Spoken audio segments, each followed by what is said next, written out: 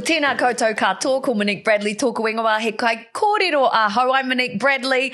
I'm a storyteller and so are you. Welcome to Uncovering Authenticity. This is a podcast all about tapping into the amazing stories behind the veil, behind the masks that we often have to wear in life and business, and getting to the heart of who people are. Because we all know it's really hard to separate the person from the business. So I am so focused on finding out who that heart is, what drives people to do what they do and achieve success. And today I'm so excited because I have an absolute gorgeous human in the studio, and she's here to remind you that you are amazing. Welcome to the studio, Lauren Parsons. Woo! Thank you so much. Did that feel like you're on a big international TV show? Because that's my goal. That's it. That's it. Lauren Parsons, you're a big deal. You are too. You are. You are amazing. You're a bigger deal. You're a bigger deal. It's not a competition. Look, I've just become MC of the year. Miss Educator of the Year and Keynote Speaker of the Year. Is it? There you go. Oh, there you go. So you're a big deal. Yeah. Anyway, back to you. You are amazing. You are so kind. You are so genuine. You are a heart on legs. I watch you walking around the room.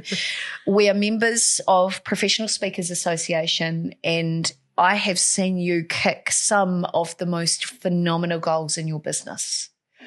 Thank you. First question to you, congratulations on everything that you do. How did you get here?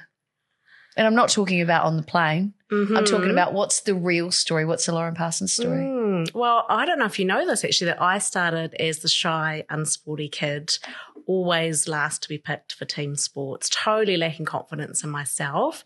And it wasn't until I went to uni and a friend dragged me along to an aerobics class. And I discovered that while I didn't get all the moves right, I had fun. So I went back, and after I'd been a few times, they said, if anyone wants to be an instructor, just come and see us afterwards. So I did. And that was, more than 20 years ago. And that set me on this trajectory of realizing, it's amazing what happens when you can boost your physical well-being and how that flows onto your confidence and everything else. So I filled in for my amazing boss at the time, who, again, that was incredible. I had an incredible boss, Amy, who believed in me. Yeah, and, that's the amazing power we have as humans when you believe in another human being. That's just life-changing. So she actually left soon after, and I filled in as the temporary aerobics instructor. And after a few months, they said, hey, Lauren, you're doing a pretty good job with that. You can carry on. Oh, isn't that lovely? So validation. So it was wonderful. So I was doing a business degree, got married, moved down to Christchurch, got into working in a gym as both an aerobics instructor and as the customer services manager, and then the club manager, and then the HR manager, and just got really passionate about helping people with physical health and wellbeing. So that's very much my background and grounding. And then my amazing boss, Steve Barry, opened the New Zealand College of Fitness, and I became a lecturer, or actually my name badge was literally presenter of fun and laughter. That was my job title. It was the best job ever. Yeah. So that's a cool title. Yeah. Teaching anatomy, physiology through songs and dance, and just lots of really fun but advanced learning techniques. So I learnt lots of amazing speaking skills. And it's just kind of gone from there. My husband, Maury's in the New Zealand Army. So another fun fact about us is in our 21 years of marriage, we have moved house 15 times. 6 times internationally. I'm exhausted. No! To and from France and Australia and Canada. So we've had some amazing, opportunities to visit and travel and live around the world. And now really happy to be back in Aotearoa Waiwai on a lifestyle block in Manawatu, just out of Palmerston North. But it's really just taken my career's had to follow along with him through those years as well. But also it's been great. I've gone from personal training into running my own business, doing group training, because I love doing group personal training for groups of women. I created a program, Get Fit, Feel Fabulous. And then, when we moved overseas, I turned it into an online course. This is well before online courses ever kind of came out. This was maybe back in 2013. And it's just evolved from there. I realised that I loved working with groups of people and loved seeing leaders make a difference for their team. That's I've beautiful. Kind of shifted over to focus rather than just individuals and rather than just physical well-being. Let's look at holistic well-being. Let's look at how we can get people boosting their energy, boosting their well-being, boosting their productivity. So I now focus on both workplace well-being and productivity, and really the intersection of those two things. It's it's fun. It's a lot. As you were telling, I'm still stuck at that place because I've seen you speak, and your manner is so calm. And even just hearing you speak, like I see the energy coming through your face, but you've just got this calm energy. And when I think aerobics instructor, I'm like, hey, wow, all of that sort of thing, which is my theatre background. Like I know that world really well. Mm-hmm. For somebody who perhaps hadn't had that background, like you said, you were quite shy. Did you ever have any theatre training to be able to do that stuff? No, but my family and I, we love theatre, and my daughters are getting more into theatre, and it's probably on one of the bucket lists to get involved in theatre at some point. Yeah, so none at all. Where do you think the performer came out from? Do you think it was hardwired in there? Or do you think it was hiding away, waiting for its moment to escape? I think, it's interesting, isn't it? I don't know. I really did lack all confidence, but I think doing the aerobics instructing, I can remember at the start just being petrified to get out there. But over time, it was just one of those things that, in life, when you get out of your comfort zone and you keep doing things outside of your comfort zone doesn't shrink in around you, it just gets bigger. And that's what I've always tried to do, is just try to say yes to things, try to do new things outside my comfort zone. So I think it's just come with that. And then just studying, looking at great speakers, looking at great storytellers, and trying to, with my own stories, but exemplify, how do I make this super engaging? How do I actually connect with people's hearts here? How can I be vulnerable and share some authentic stories that will connect with people? So part of it's performing, but as you know, part of speaking, it's just being authentic in the moment. Like I've prepared some content and I've got some tips I might want to share. I've got some stories I want to share, but ultimately it'll be what happens on the day, the chemistry between the amazing audience I get to connect with, and what happens on the day, when they laugh at the joke, when they don't laugh, what comments come through.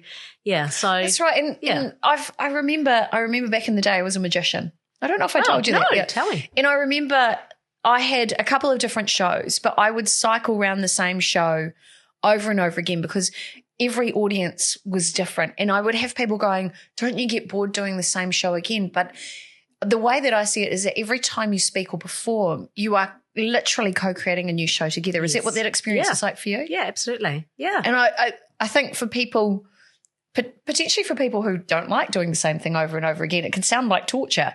But I think because you effectively are creating a new entity every time, it's quite exhilarating, right? Absolutely. And I've just come back, had a huge opportunity to speak at the Toastmasters International Convention. Yes, I was going to ask you about that. Tell me about that. In Anaheim. And I just mentioned that because I'd practiced for this talk because it was quite a big deal and quite a big challenge. I was aiming to achieve this thing called accredited speaker, and you're literally being judged. So normally you're paid to speak and you just turn up and you do your thing, but you don't have 5 judges in the audience literally judging you and going, okay, this, and it has to be outstanding. You have to tick it off as outstanding on every little marker. And what was amazing was, even though I'd prepared for that talk, there was nothing that could compare to the actual moment on the day, delivering the talk. The audience were amazing. North American audiences, they're so receptive. They're so quick to laugh. And there was a packed room with people standing around the walls. So it had this incredible atmosphere that, just while I'd hoped it would be like that, there's no way to know exactly how any talk is going to go until you're in mid-flow, really. So what pushed you to follow the pathway of becoming a speaker? Because I can understand all the other work that you're doing as well. But being a speaker especially for people who aren't in our industry, we're kind of weird unicorns. And like I remember sometimes, sometimes I'll be up speaking or emceeing, people go, oh, you're so good. You're such a natural. It's a lot of training. But you're so natural. What do you do for an actual job? Like I've heard that many a time. What drew you into specifically speaking? And you're speaking on particular topics. What drew you there? I think the key reason that I really speak is that I fundamentally believe that everyone, that they are amazing. And it's one of my key messages that I'll share a bit of a story of being that shy, unsporty kid. And when I did the instructor training course, I discovered that I was capable of more than I first imagined. And I believe that is true for everyone. So, I speak about well-being, I speak about resilience, I speak about leadership, but I often start with that story and share that you are capable of more than you could ever imagine. Because I could give you a 10-point plan to help you boost your well-being, your resilience, your leadership, but none of that would help unless you know that you're amazing, that you are precious, that you are capable, and that you actually deserve to thrive. You deserve to take time to do the things that will help you thrive. So fundamentally, that's the key message that I want to get out there, to let people know that they're amazing, that they are valued, that they're just incredible, and at the same time that they can build on that confidence and actually put themselves first sometimes so that they have more love and energy to give out to everyone around them. And it's funny that you mentioned love, because I hear so much empathy coming through your tone as you speak into that, and that, you know, people are loved, appreciated, seen, all of those sorts of things you were talking about. So what's fueled that part of you to come through as you speak? I don't know. Because there's such a heart coming through. Were you always like that? Have you always been that heart-centric person, and you want to give that? Even our coffee machine is just jumping in there to contribute to the conversation. Like, have you always been driven to share that empathetic side of you to make people feel valued? I mean, did you do that as a kid, as an example? Yeah, the thing that came to mind when we talked about have I always done this as a kid, you know, when you think about the love languages, gift giving is one of those love languages that's really big to me, that and words. And as a kid, I loved giving gifts. I can remember wrapping up, you know, little Easter eggs for everyone in my class, things like that. So I don't know, I think that's just a human thing though, isn't it? That we care about other people. Not for everybody. And seeing the best in people. I think I'm one of those people that I'm an encourager, because that's just naturally I see other people doing great things, or I see something I appreciate and I just want to encourage and, you know, celebrate that with people. And I've seen you do this so many times. Yeah. And I'm just like, wow, you're so kind and you're so thoughtful. And the feedback that you give others, where I'm going with this is that's often quite rare now. And we don't see, I mean, it'd be, you know, a lot of, oh, good on you, mate. Hey, great job, you know, that sort of thing. But this is next level. Yeah. And I see this when you were talking about that with your audiences. It seems like this is a real big driver for you. Well, I think it's one of the biggest things that I work with a lot of leaders around, how do you motivate a team to help them thrive? And one of the fastest, most effective ways to do that is to get really good at being able to deliver appreciation in a way that it actually lands with people. So getting really good at catching people doing things right and giving immediate specific praise. I mean, it's just one tactic or one strategy, but it's one of the fastest things that can help people feel valued and appreciated, and therefore increase their discretionary effort, increase their engagement, stick with you for longer. You know, all the metrics that we want to see in terms of leadership KPIs. The thing is that when we look at KPI dashboards, it doesn't always have on there how many times are managers thanking and appreciating staff, or how many times are staff members leaving little post-it notes and thanking each other. Beautiful. These are things that actually drive that engagement and that sense of belonging. So, I mean, getting into the details, I guess, but that's one thing that I'm really passionate about, is seeing more people increasing appreciation, because if we can build a culture of appreciation, that can transform the workplace culture. Beautiful. Why is it that we've forgotten such an important quality? I don't know if it's the busyness. I don't know if it's the distracted culture that we're in, you know, the constantly on devices. I don't know if it's just because it's easier to notice when something's broken or there's a customer complaint or something's gone wrong, or whether it's just that people think that, oh, if I praise people too often, they'll think it's insincere. And obviously insincere praise is, you know, not what we want. It's a recipe for disaster. But actually going out and, you know, the stats show, I think it's something like, if you want to increase engagement and stop staff turnover significantly, all you need to do is double the amount of times that your leaders or your managers are giving praise to their team. Yeah, phenomenal. Difference. Yeah. That's just crazy, but it makes a lot of sense. People, like you said, if people feel valued in the workplace, they're more likely to stay, right? Yeah. And they'll be more productive because they'll feel like they've got a place. Yeah. So New Zealand has had a pretty challenging year, you know, with this recession that we've been living through, and businesses are really struggling. So right now, when it comes to culture, aside from that stuff we've just covered, what are the things that we can do? What are the other things we can do for our people to get through this time? And I'm hoping, as we're filming today, I'm hoping we're coming to the end. We're moving into spring now. Yeah. I'm feeling a shift in things. People are saying that their businesses are starting to move again. Yeah. What should we be doing coming out of this time to really look after our people? I think as leaders always, but especially now, we need to remain realistic optimists, you know, not pessimists and not pie in the sky optimists, but that optimism builds optimism as an economy. So I think we're definitely heading in the right direction. We definitely need to look after our team. So I have 6 keys around how leaders can build a thriving culture. So number 1, it starts with leading self-leadership and your routines and how you look after you. Second one is building trust and belonging. So how do you build a high psychological safety culture, which basically just means a high trust culture where people are prepared to try new things or speak up when something could be improved. And belonging obviously builds with boosting staff retention and stopping staff turnover, which is a huge cost and something we don't need right now. Then we want to look after our people, treat them like human beings. So that's about boosting energy and effectiveness. I think some organisations end up treating their staff a bit with a caged hen mentality. Not that they ever want to, but sometimes they kind of fall into doing things the way that everyone else has always done it. So getting your staff to get up away from the desks, out into sunlight and daylight during the day. It sounds simple, but it's one of the biggest tips that when I run my leadership development courses, leaders come away going, oh, I need to set the example with that. Then we want to build onto that with addressing stress and preventing burnout. So actually proactively doing that, and there's 3 sides to that. Some of it's a leadership responsibility, some of it's actually staff responsibility, but you can educate and empower your staff with how they can boost their well-being. And then we want to leverage recognition, what I was talking about before, boosting that appreciation. And lastly, we want to measure and evolve. So we talked before about your fabulous what do I call book. it? Show and tell. Yeah. So, I mean, it's small on the back here, but that's my 6-part well-being focused leadership model. And it's really like a clear blueprint for leaders to follow to say, this is how we build a thriving culture. Yeah. How hard is it to change a culture of an existing business and implement a system like that? I would say it definitely takes time, and it takes an iterative approach, as in it's not we'll do a one-off thing and it'll be changed. So it takes defining exactly how you want things to be, and then it takes enabling leaders, and that's why I love doing a lot of leadership development, because yes, it's great when leaders get me in to do a team with the whole, a workshop with the whole team.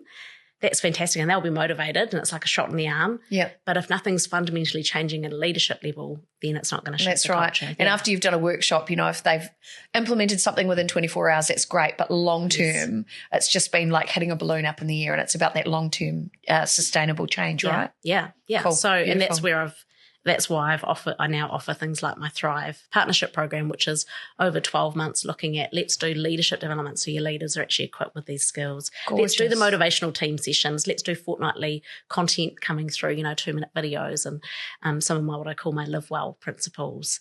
Beautiful. And recipes and inspiration for staff, as well as that we train wellbeing champions so that staff throughout the team actually know how to spot the signs of mental distress and know how to respond and keep themselves strong, and a whole range of other things. But essentially it's about giving people that holistic wraparound rather than kind of the let's spray and pray tactics of, let's do a workshop and see what will stick. How did your brain is brilliant. How did you come up with all of that? I think, you talk about about the wealth dynamics profiles. I'm very much a creator type. So I like coming up with new things. I like creating programs. I like creating courses. I like writing. Weird, I know. That's why, With an 80,000 word book, did you say 85,000 words? Yeah. Oh my goodness. So I like, I guess, looking at problems and breaking down complex problems and trying to make them simple to help people solve them. And I like to talk, I like to share, I like to get my 2 cents in. But I think the key thing, and what's very much through this book as well, is sharing stories that connect with people, sharing success stories of leaders that are doing great things, sharing stories of mistakes that I've made and things that I did really poorly, especially as a young manager. There's lots of those stories in here. And hey, here's a way we could do it differently. Wow. So it's really just weaving together those stories, but trying to put it into some different frameworks and delivering it in different ways, whether it's a spaced course or a workshop or whatever it is, so that people have actually got time to take action. So it's the spaced out courses that I probably enjoy more than anything, really, working with groups of leaders. I have a course called Leading So People Thrive. It's kind of like this book, but turned into a course. And the most powerful thing is we connect once a fortnight, and every session it'll be like, okay, Monique, what are you going to do over the next fortnight? And then when we connect again, it'll be like, so how did that go? And we go around the group and share. And so it just gives people that accountability to really take action. Yeah. Especially I think when you're a business leader, you can't necessarily talk to your teams about the changes you're making or rely on them for support. You're there to support them. So to have somebody outside outside of them and outside of the business that they can actually have that with, I think is really valuable. Yeah, leadership can be lonely, but I always say leadership can be lonely, but it doesn't have to be. And that's why I'm a member of the Professional Speakers Association, because I'm very much on my own, flying around the country, flying around the world. And I have, my team, they're all basically contractors that are online. So, there is no Christmas party. There's no getting together. Yeah.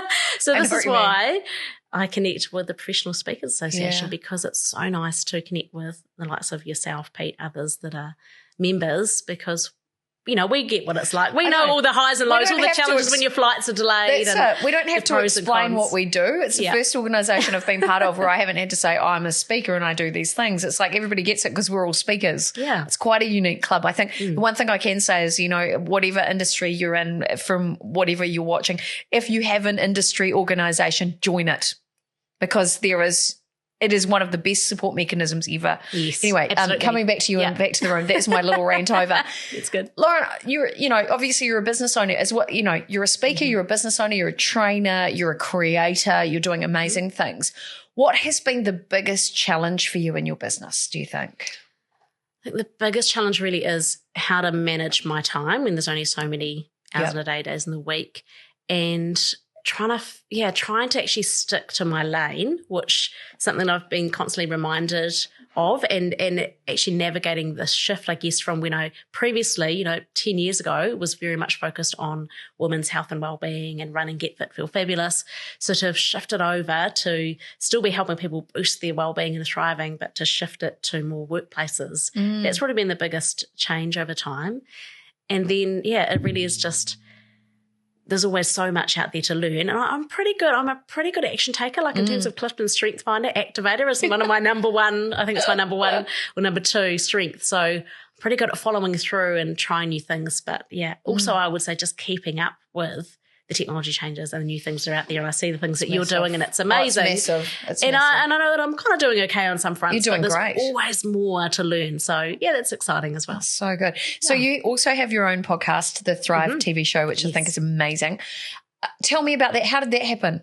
Well, essentially, I just thought it'd be a lot more fun to sit down, have conversations with people than write articles at the time.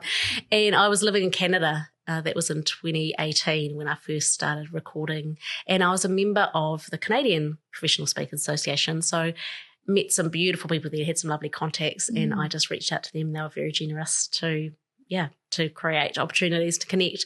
And it's just continued from then. So I think we've done 83 episodes so far, and it's fun. 30-minute format. That's amazing. Start off with some quick fire questions, and then we just focus in on a different topic for each guest, and it's fun. I love it. Yeah, just like this. It's so good and nice and relaxed. And this is what I love about podcasting as opposed to the TV content that I've done, is that this is much more about the real conversations and the fly on the wall rather than the heavily scripted advertorial, which I've had to do for a long time. It's much more about, like I said at the beginning, the heart and the soul, why people do what they do.